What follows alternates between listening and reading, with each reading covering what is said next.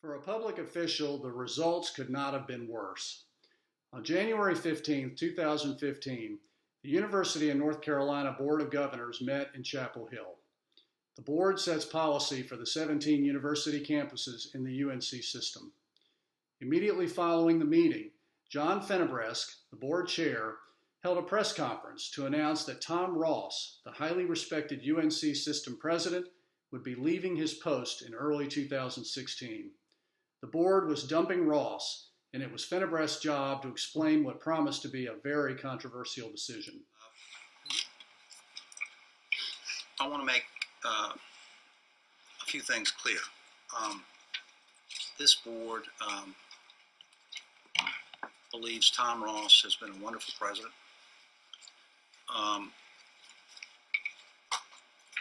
Fantastic work ethic, perfect integrity, worked well with our board, and speaking for myself, I have some great excitement about working with him for a minimum of a year and maybe longer. We are very pleased with Tom Ross's efforts on behalf of the University of North Carolina. The News and Observer newspaper described the press conference as what, quote, might have been one of the worst public appearances by an official in the history of North Carolina. A professor called it, quote, 22 minutes of doublespeak, unquote. Fennebresque lavishly praised Ross, said he had the full confidence of the board, and described how much he looked forward to working with Ross during the next year.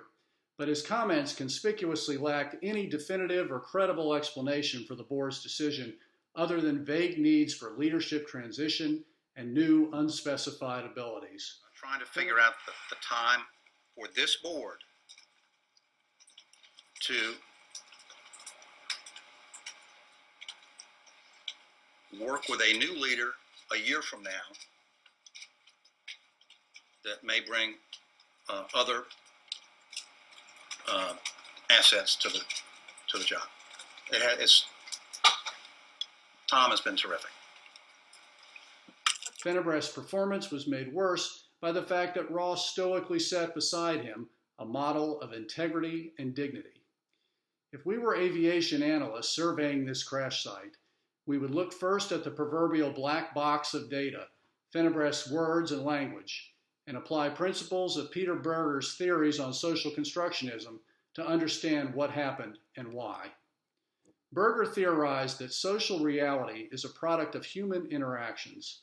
Any given situation has different, sometimes competing layers of meaning, and sociological consciousness comes from the ability to sort out these interpretations. Berger offered 4 analytical methods, which he called motifs. Debunking, seeing past the facade, such as official goals or answers, different meanings, or other interpretations by authorities or leaders. Unrespectability, viewing reality from the perspective of non-traditional, non-mainstream audiences. Relativization, accepting other values and belief systems, such as diverse cultures, which may deliver new or different ways of interpreting a situation. And cosmopolitan, being open to the world and different ways of thinking and acting. By analyzing Fennebresque's narrative with these motifs, we can see why his strategic communication did not succeed. The debunking motif highlights Fennebresque's most obvious blunder. The most plausible explanation was that the decision was politically motivated. Ross is aligned with Democratic interests, and there were rumors that Republican legislative leaders wanted him out. Fennebresque flatly denied that Ross's ouster had anything to do with politics, nor age or job performance for that matter, but as the News and Observer reported, quote, he did not offer other reasons beyond the board's view that the time was right to start a transition to another leader who might bring other assets. And he said it was too soon to know what qualities the board was looking for in the next president. It didn't take long for some to charge that the board's move was purely political, unquote. Does this have anything to do with politics? Absolutely not. To elaborate on that, it's my understanding of Board of Governors history that people have generally left their politics at the door if we're talking about politics, D's and R's. I have heard close to nothing about D's and R's since I've been on the board, which is, how long have I been on the board? I'm about in my 4th year, and it doesn't come up. I can't tell you the registration of my fellow board members. They haven't asked me mine. It doesn't come up. The unrespectability motif suggests that Fennebress defined the board's position from the perspective of privilege, wealth, and power, the so-called respectable sector. He is a successful corporate attorney who represents large and powerful interests and associates with prominent, wealthy people. The board he leads is made up of influential civic and business leaders. Fennebress and his peers failed to account for the attitudes and experiences of those who do not have similar station in life, which unfortunately for them represents the majority of North Carolinians. The relativization motif indicates that it was not a given that others would accept the board's reasoning at face value based on the weight of Fennebress' oratory skills and intellect. The context was wrought with complexity and nuance that he failed to address. How would Democrats, UNC faculty and administrators, or those who simply thought Ross was doing a good job receive the decision? By failing to respect different perspectives, Fennebress undermined his own credibility. And finally, using the cosmopolitan motif, sociologists would be wise to keep an open mind in interpreting Fennebress' performance.